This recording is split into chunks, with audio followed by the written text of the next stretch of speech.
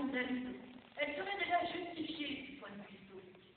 Quand bien même, le prolétariat russe a fait la révolution en vue de fins beaucoup plus élevées. La dégénérescence de l'Union soviétique a été la dégénérescence de l'appareil étatique mis en place par le prolétariat. Mais même déformé par les besoins propres à la bureaucratie, l'étatisme, la planification ont résisté à l'épreuve. Comme l'écrivait Trotsky dans La Révolution trahie, il n'y a plus lieu de discuter avec messieurs les économistes bourgeois. Le socialisme a démontré son droit à la victoire, non dans les pages du capital, mais dans une arène économique qui couvre le 6e de la surface du globe, non dans le langage de la dialectique, mais dans celui du fer, du ciment et de l'électricité.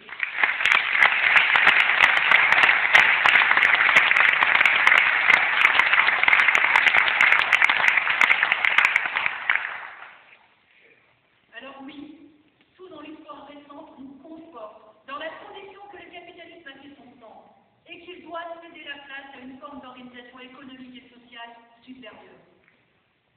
Et j'ajouterai que l'on peut choisir n'importe quelle décennie dans l'histoire de l'Union soviétique et la comparer avec les 10 ans qui ont suivi son écroulement. La comparaison est éloquente.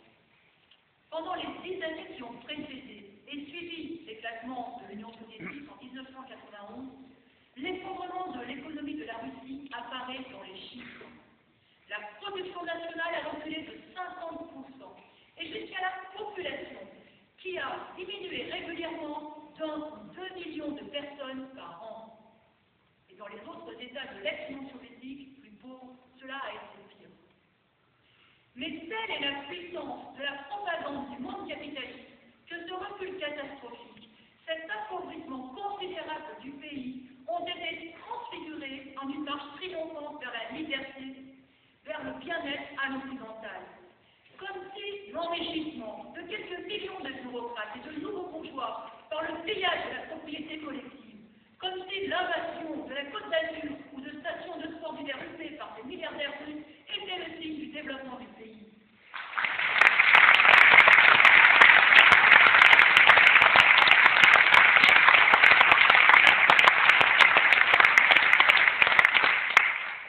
Et comme si la liberté pouvait se résumer au régime à la fois policier et machin de Poutine.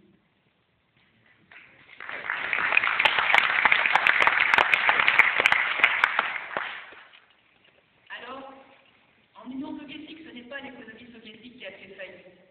Ce qui a fait faillite, c'est le pouvoir de la bureaucratie, attiré par les charmes du capitalisme.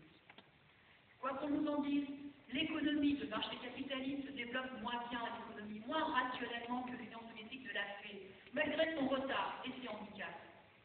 Le capitalisme n'est pas seulement injuste, il est aussi anachronique, et il constitue un frein devant tout essor de la civilisation humaine. Mais une organisation sociale peut se maintenir bien au-delà de sa légitimité historique. Depuis la révolution russe et la vague révolutionnaire qui l'a suivie, faisant espérer la défaite du capitalisme, il s'est passé près d'un siècle. L'humanité a payé ce retard historique par la Grande Dépression de 1929, par le nazisme en Allemagne, par la Deuxième Guerre mondiale et aussi par le stalinisme. Elle le paie depuis la Deuxième Guerre mondiale par un développement économique aussi chaotique qu'inégalitaire. Elle le paie par les guerres innombrables menées par les grandes puissances impérialistes pour maintenir leur magie sur les richesses d'une région, directement ou par chantage interposé. Elle le fait par l'incapacité de l'humanité à mettre fin à la sous-alimentation et aux famines dans le monde, alors pourtant que les moyens matériels pour y parvenir existent largement. Elle le paye par le fait que même dans les pays les plus riches, on peut crever de froid dans la rue, car on ne construit pas le nombre de logements accessibles qu'il faut, alors même que les bras qui existent pour le faire sont condamnés au chômage. Mais cet ordre social, même dépassé, devenu anachronique, ne disparaîtra que s'il y a une force révolutionnaire pour le faire disparaître. Les marxistes ont toujours considéré que la force révolutionnaire capable de détruire le capitalisme ne peut être que la classe ouvrière, ou si l'on veut, la classe salariale dans toute sa diversité. Il n'y a pas lieu de s'étonner que cette classe sociale, dont dépend en dernier ressort l'avenir de l'humanité, n'apparaisse pas révolutionnaire en permanence. Les périodes révolutionnaires, lorsque la classe dominante ne croit plus dans son propre avenir, et lorsqu'il y a une classe nouvelle qui est prête à prendre sa place, sont extrêmement rares. Il n'y en eut guère que 2 ou 3 au XIXe siècle et autant au XXe siècle. Mais c'est précisément dans cette période-là qu'il faut que la classe porteuse d'avenir soit prête à assumer son rôle. Et le prolétariat ne pourra l'assumer que s'il parvient à créer un parti révolutionnaire. Il y a 70 ans déjà, Trotsky écrivait que la crise de l'humanité serait due à la crise de la direction prolétarienne. Les partis qui ont joué ce rôle à différentes époques historiques, les partis socialistes à la fin du XIXe siècle et au début du XXe, ou les partis communistes pendant les quelques années qui ont suivi la révolution russe et avant que le stalinisme ne les transforme en alliés de la bureaucratie russe, ne jouent plus ce rôle depuis très longtemps.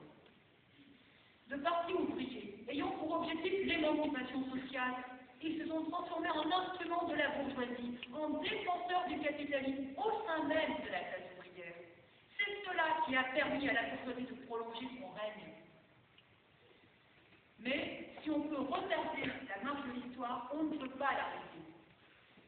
Le communisme n'est pas une utopie qui peut disparaître. Sa nécessité résulte de la marche même du capitalisme.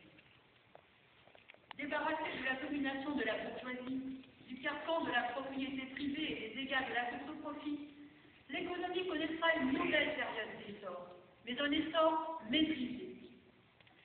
Le prolétariat au pouvoir développera la production, mais en la maîtrisant. L'économie, sous le contrôle démocratique de la classe ouvrière, produira pour satisfaire les besoins de la population, mais rien que pour cela. Elle développera la production, mais en respectant la nature. Car Marx l'a expliqué dans le Capital. La société elle-même n'est pas propriétaire de la terre. Il n'y a que des usufruitiers qui doivent l'administrer en bon père de famille afin de transmettre aux générations futures un bien amélioré.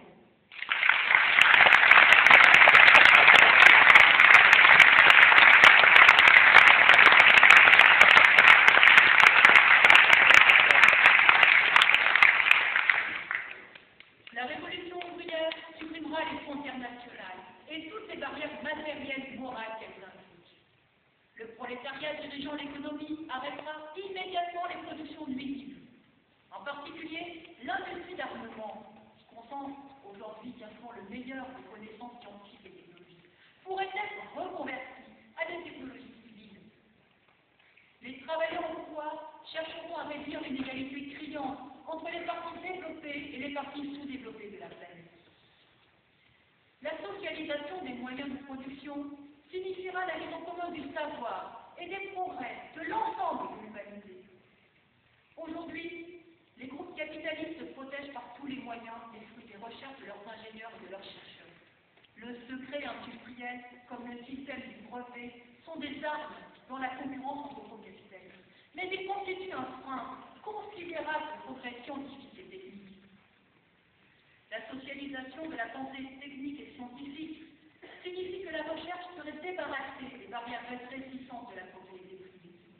Tout progrès scientifique, toute amélioration d'ordre technique d'une usine quelconque, tout perfectionnement des méthodes deviendront sans formalité aucune le bien commun de toutes les fabriques ou usines qui y sont intéressées. Rien de cela constituera un progrès